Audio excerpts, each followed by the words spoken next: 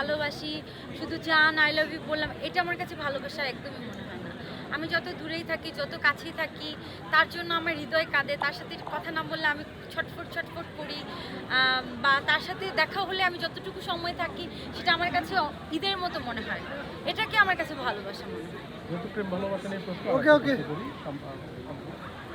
যখন 6 বছর লুকিয়ে ফোন করতেন চিত্রনায়িকা, যেখানে যেতেন মোবাইল ক্যামেরা সাংবাদিক হ্যাঁ। স্পাইয়ের মতো থাকে, এমন কোনো ঘটনা ঘটছে যে এই ধরা খেলাম, এই মানে এরকম সিচুয়েশন হয়েছে?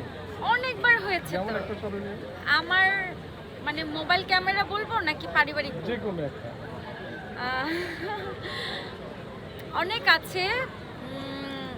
যেমন আমি একটা জায়গায় কি বলে যে একটা মিটিংয়ে গিয়েছি, সেখানে আমার বয়ফ্রেন্ড গিয়েছে।